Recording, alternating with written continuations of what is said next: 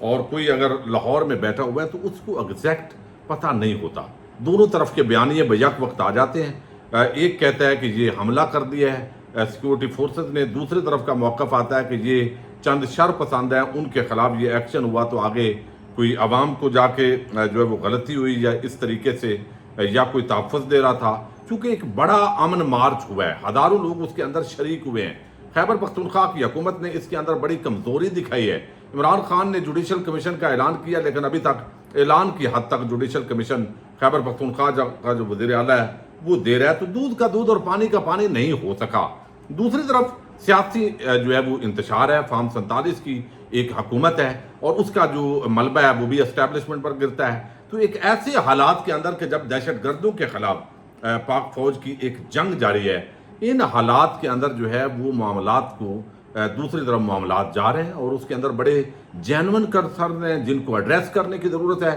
تو D G I S P R آج ایک بڑی عام پریس کانفرنس کرنے جا رہے ہیں اور یہ جو عام پریس کانفرنس ہے یہ بتا کون رہے ہیں، چونکہ اس کے اندر کیا ہو رہا ہے، کچھ ایسے لوگ ہیں جو ترجمان نہیں ہیں لیکن ان آفیشیل ان کو ترجمان سمجھا جاتا ہے. تو اس سے اندازہ ہوتا ہے، ایک تو آپ کو علم ہے کہ سوشل میڈیا پر جس کو ڈیجیٹل دہشت گردی قرار دیا جاتا ہے ہماری فورسز کی طرف سے، تو اس کے حوالے سے فائر وال کا تقریباً کام مکمل ہو چکا ہے. تو شاید وہ بتایا جائے گا اور سوشل میڈیا پر جو ہے اب مانیٹرنگ سخت ہوگی. اور اگر کوئی پاک فوج اداروں کے خلاف اس طرح عرضہ ترائی کرے گا تو اس کو کس طرح، اگر پاکستان کے اندر ہی اس نے رہنا ہے تو اس نے کیسے رہنا ہے، شاید یہ بتایا جائے گا. تو دو عام یعنی ایک تو حسن ایوب ہے، آپ کو علم ہے یہ بڑی خبر رکھتے ہوتے ہیں، وہ کہہ رہے ہیں کہ جی کا جانا ٹھہر گیا، صبح گیا یا شام گیا. اب ان سے مراد یہ ہے کہ عمران خان کے حوالے سے کوئی یہ پریس کانفرنس ہو رہی ہے. نجم ولی خان ہیں، یہ بھی اسی طبقہ ملامتیہ سے تعلق رکھتے ہیں. یہ کہتے ہیں خان صاحب خدا حافظ. یعنی یہ تو بھائی نہیں، ایسا نہیں ہو سکتا. خدا حافظ جو ہے نا، یہ ایک بندہ جو پاکستان کی سب سے بڑی پارٹی کا سربراہ ہے اور اپنے کیسز وہ لڑ رہا ہے میرٹ پہ، اس کے ساتھ تمام ناانصافیاں ہو رہی ہیں، اس کے باوجود وہ فائٹ کر رہا ہے. تو آپ یہ نہیں کہہ سکتے کہ وہ خدا حافظ. بھائی یہ تو اس کا مطلب ہے آپ کروڑوں عوام کو کہہ رہے ہیں کہ آپ خدا حافظ، بھائی پاکستان سے جانا ہے تو جائیے، رہنا ہے تو پھر ایسے رہنا ہے. تو یہ چند جو یا تو کوئی افیشیل ورژن ظاہر آئے گا. تو بہرحال یہ D G I S P R کی جو پریس کانفرنس ہے کافی دنوں کے بعد ہو رہی ہے. الٹیمیٹلی ایک معاشرے کے اندر تقسیم ہے، پاکستان کے اندر ٹکراؤ کی کیفیت ہے. جو اس وقت حکومت قائم ہے، مہنگائی ہے، بدامنی ہے اور جو کچھ اس وقت ہو رہا ہے اس کا ملبہ اور الزام چونکہ اسٹیبلشمنٹ کی طرف جاتا ہے. تو اسٹیبلشمنٹ وقتاً فوقتاً اپنا دفاع کرتی ہے اور شاید اسی تناظر کے اندر یہ ایک انتہائی عام جو پریس کانفرنس ہے یہ ہونے جا رہی ہے. تو یہ اس کے اندر تحریک انصاف کے حوالے سے، ڈیجیٹل دہشت گردی کے حوالے سے، فائر وال کے حوالے سے، پھر بنو جو واقعہ ہے اس کے حوالے سے، افغانستان کے ساتھ جو پاکستان کی اس وقت معاملات چل رہے ہیں اس پہ بھی بات ہوگی. ادھر سے کہہ رہے ہیں کہ جو بائیڈن جو ہے وہ صدارتی امیدوار سے دستبردار ہو گیا ہے، بھاگ گیا ہے ڈونلڈ ٹرمپ کے مقابلے میں. تو اب شاید یہاں معاملات جو ہے وہ تیزی کے ساتھ اس کے بھی اثرات وقت آنے کے ساتھ بڑھنے ہیں. تو ایک عجیب کشمکش ہے.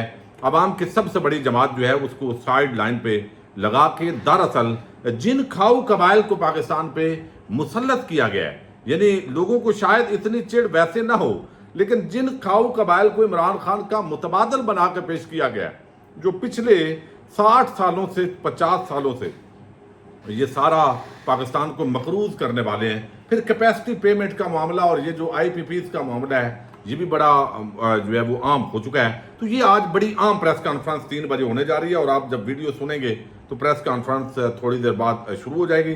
دوسری طرف تحریک انصاف کے بیرسٹر گور علی اور رؤف حسن، وہ پی ٹی آئی کا سیکریٹریٹ ہے، وہاں پہ وہ موجود تھے.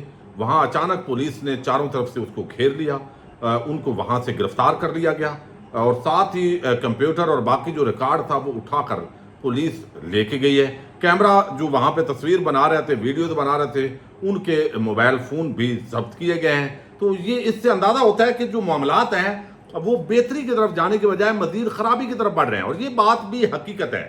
تحریک انصاف کے اندر 2 طرح کے گروپ تھے. ایک کہتا تھا کہ بھائی بھرپور طریقے سے مہم چلاؤ، جیسے شیر افضل مروت تھا، لوگوں نے بڑی تنقید کی لیکن وہ عوام کو باہر نکال رہا تھا. جب عوام کو باہر نکالیں گے تو دباؤ بڑھے گا.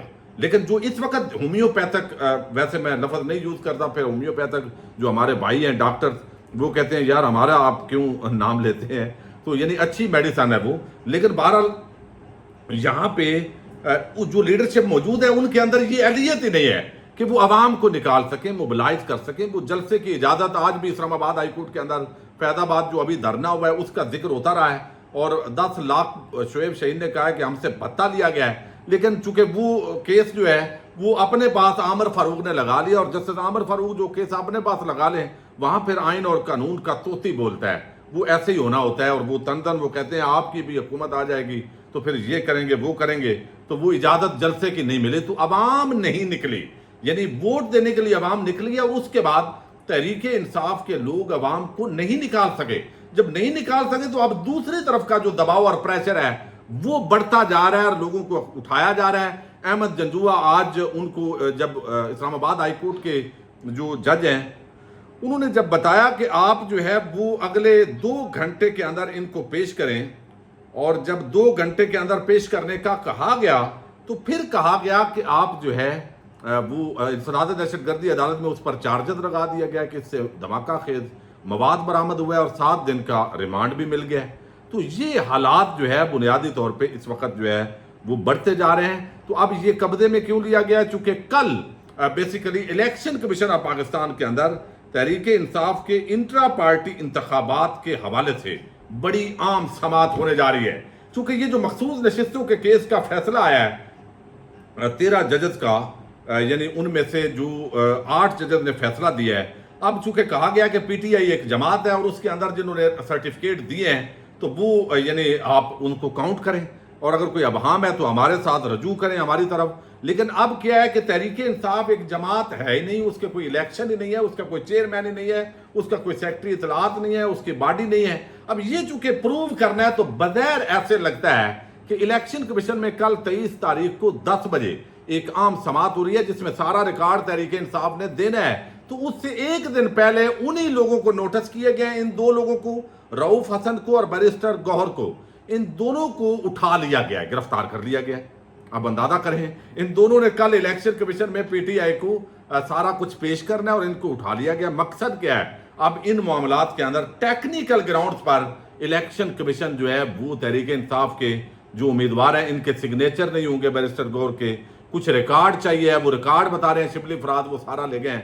اگر تو ریکارڈ آپ کے مرکزی سیکٹریٹ میں سارا پڑا ہوا ہے اور وہ لے گئے ہیں تو پھر تو نالائق لوگ ہیں آپ، انتہائی نکھٹو لوگ ہیں، آپ کو ہونے نہیں چاہیے تحریک انصاف میں۔ جب آپ کو پتہ ہے حالات اس طرح کے ہیں تو اس طرح کی جگہ پہ ریکارڈ رکھنا ہی بنیادی طور پر یہ بہت بڑی زیادتی کی بات ہے، اور تحریک انصاف اس کا مطلب ہے تحریک انصاف کو پھر اندر کے دشمن جو ہیں وہ لے ڈوبیں گے اگر یہ ریکارڈ جو ہے وہ وہاں پہ موجود تھا، چونکہ پچھلے کچھ عرصے سے مسلسل وہاں پہ ریڈ ہو رہی ہے، اٹھایا جا رہا ہے سامان آپ کا، تو کل وہ اب الیکشن کمیشن میں پیش نہیں ہو سکیں گے، اور باقی ابھی مزید تفصیلات جو آئیں گی وہ آپ کے ساتھ شیئر کریں گے۔ تو حالات بہرحال کشیدگی کی طرف بڑھ رہے ہیں، انتشار کی طرف بڑھ رہے ہیں، لوگ نہیں مان رہے، اب لوگوں کو ڈرا دھمکا کے تو یہ چیزیں مینج کرنے کی کوشش ہو رہی ہے۔ ادھر سے مریم دھمکاتی ہے، ادھر سے شہباز شریف اور ان کے حوالی دھمکا رہے ہیں، اور D G I S P R کی جو پریس کانفرنس ہے وہ ہم انتظار کرتے ہیں کہ وہ اس کے اندر کیا جو ہے وہ اپنا نقطہ نظر پیش کرتے ہیں۔ پاکستان زندہ باد، پاک فوج پائندہ باد۔